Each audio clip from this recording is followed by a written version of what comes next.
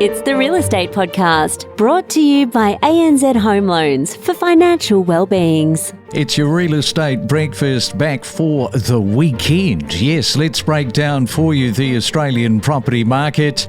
Got another busy Saturday morning with the property show coming up. If you are looking at listing your property, just a reminder that we are not a real estate company, but we have this curated list of real estate professionals that we trust, that we can make the introduction to you. It's a completely free service, and it's always a problem, as we know. Selecting an agent if you are looking to sell, because we are talking to these high achievers across Australia and those award-winning principals, we can make that process easier. All you got to do is just send us an email to myrealestatepodcast@gmail.com. Very important. Tell us the area that you are in, and we will make that connection. Well, it's a Saturday, and it is March the 7th. What a week that we have had with the Iran-US conflict and what that is going to mean for Australia. Economists are saying that the most immediate impact for Australians will be at the petrol pump. We've talked about this, the higher fuel costs that quickly ripples through the entire economy. Why does that matter? Well, you've just got to look at the transport costs. They go on the rise. Freight becomes more expensive. You've got airfares that are going to increase. And then we've got the dreaded grocery and food prices that are set to rise because nearly every product moves by truck or ship. Energy shocks quickly turn into broad inflation. So we're going to sort of cover this off this morning. I've got an economist who is going to join us. So let's go to Hobart and catch up with Saul Eslake from Corinna Economic Advisory. And welcome on this Saturday morning to the Real Estate Breakfast. This war sort of came out of nowhere, but it sort of drags everybody around the world into it, including Australia. Yes, it does. Oil power the global economy. When there is an interruption to the supply of oil and or a significant increase in the price of oil, the consequences are far-reaching. And that is what we are starting to see in the wake of the conflict which broke out in the Middle East last weekend. It runs so deeply because there are these, they call them hidden tax on households. We've got farming machinery, fertiliser production, refrigerated transport, food distribution. It means that the supermarkets, the restaurants, all of those delivery costs all climb when energy prices spike.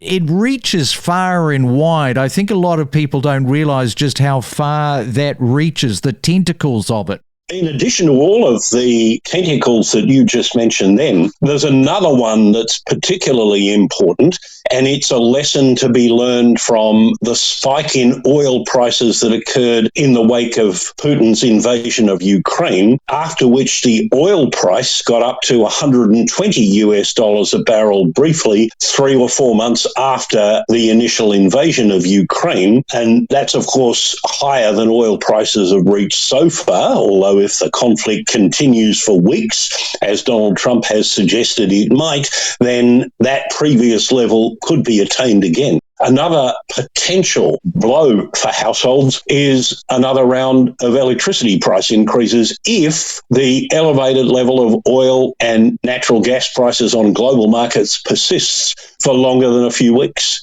Yeah, and the problem people have got right now who are listening to the podcast, they've got their mortgages. They're hearing Michelle Bullock, the RBA governor, saying that they are watching with a lot of interest in terms of how this may affect inflation. But yes, the supply shock that Michelle Bullock talks about that pushes inflation higher, they're very alert at the moment as to which way this may go. That's right, and that's an important distinction. Economists distinguish between a supply shock and a demand shock. A demand shock is an increase in national income that people spend to buy more goods and services. And that tends, in the absence of any reaction from monetary or fiscal policy, to result in both stronger economic growth and higher inflation. And the policy response to that is pretty obvious. It is to raise interest rates, or if the government wants to share some of that burden, increase taxes and or cut government spending with a view to reducing aggregate demand so that it comes into line with aggregate supply and removes the source of upward pressure on inflation. But a supply shock pushes up inflation, but also pushes economic growth and demand potentially down by raising the costs of doing business and by reducing people's and businesses' spending power. The third of Australian households who have a mortgage, and in particular the roughly quarter of Australian households who have a big mortgage, have to spend more out of their incomes servicing their mortgages. Central banks, including our own, they'll have to make a judgment about whether they need to do something if the oil price gets up to $100 a barrel and stays there for an extended period of time. Now, stuck in the middle of this is consumer confidence. You're talking about how people will react. This is very much the wild card. Another major factor economists are making a lot of comment about is public sentiment. For instance, we were in Dubai talking about one of the most safest countries, the UAE, for security. And for the first time, here they are. They've got drones that are being bombed on different buildings. And consumer confidence, very much, as I say, is the wild card in this. Yes, it is. And consumer confidence has taken a hit already from the reversal in the direction of interest rates. I'm looking, as we're speaking now, at the Westpac Melbourne Institute Index of Consumer Sentiment. During 2005, that rose quite strongly to, in November 2005, its highest level since we were coming out of COVID at the end of 2021. But over the following 3 months, it has fallen back to where it was at the end of 2024, and that's as of February. Almost certainly consumer confidence will have taken another hit from the sharp rise in petrol prices that's occurred over the last 7 days. We'll actually get an update of the consumer confidence measure from Westpac, I think on Tuesday of this coming week. And as I say, I wouldn't be surprised if that's taken a further hit. And month-by-month movements in consumer confidence don't necessarily tell you a lot about what's going to happen to retail sales and other measures of economic activity. A big sustained drop in consumer confidence almost always tells you something about what households are going to do.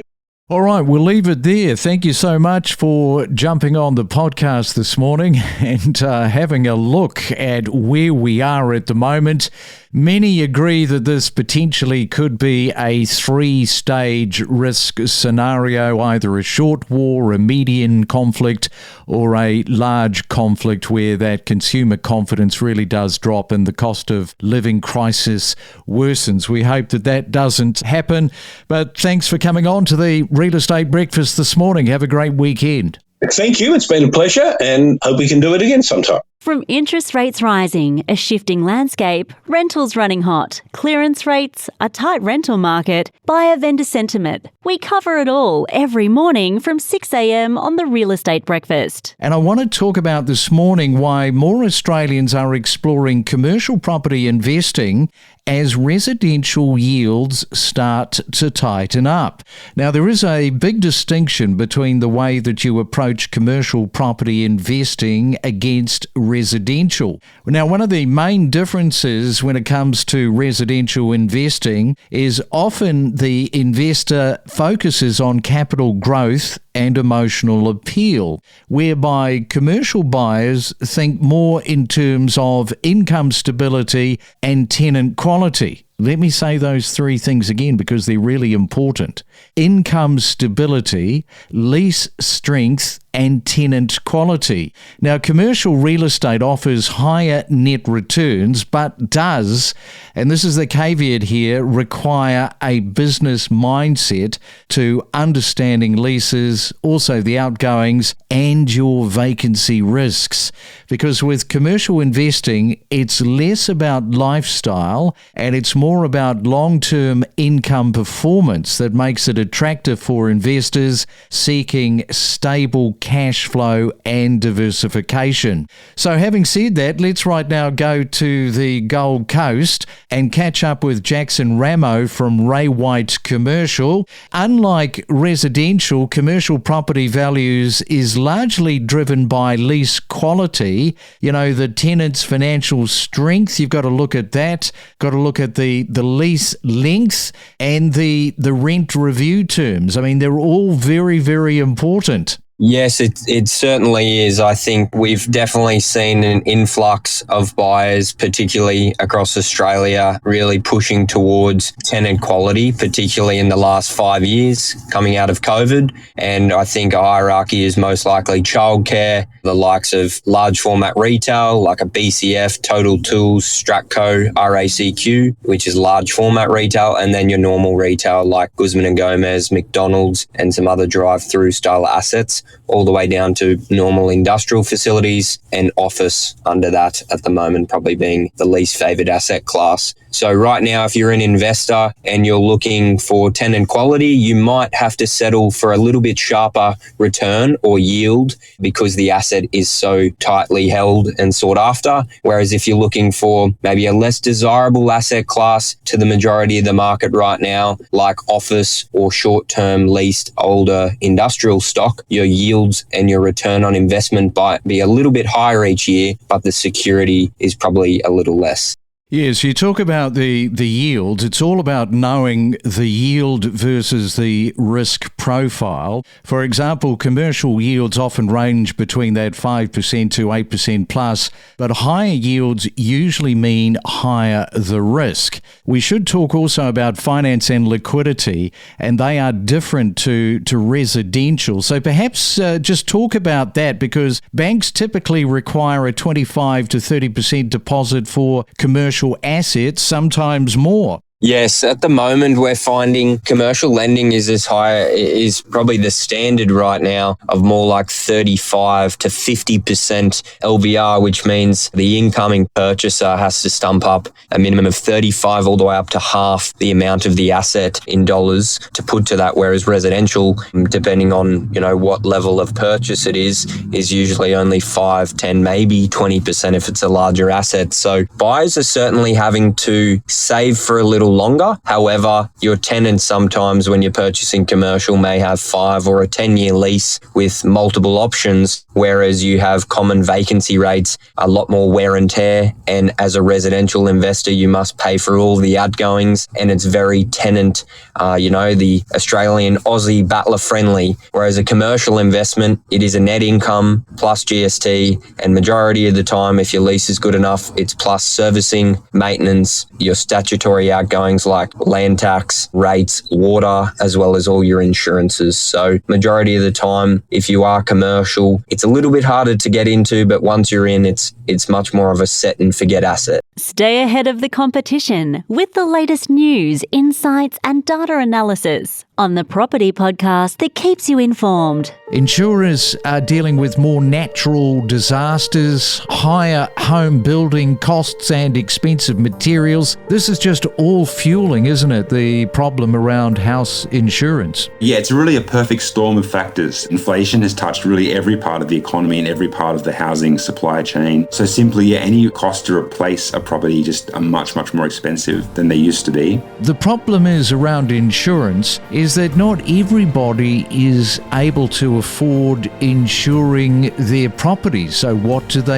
They say, well, this is going to be the casino night. That roll of the dice starts to feel a bit safer or a bit more dangerous depending where you live. But it really is an enormous risk. Your biggest asset you'll probably ever own, being uninsured, just leaves you incredibly exposed if something goes wrong. A house fire, an accident. It's probably one of the biggest risks you could take in your life, really, to go uninsured like that. We connect you to the best real estate information across Australia. The Real Estate Podcast.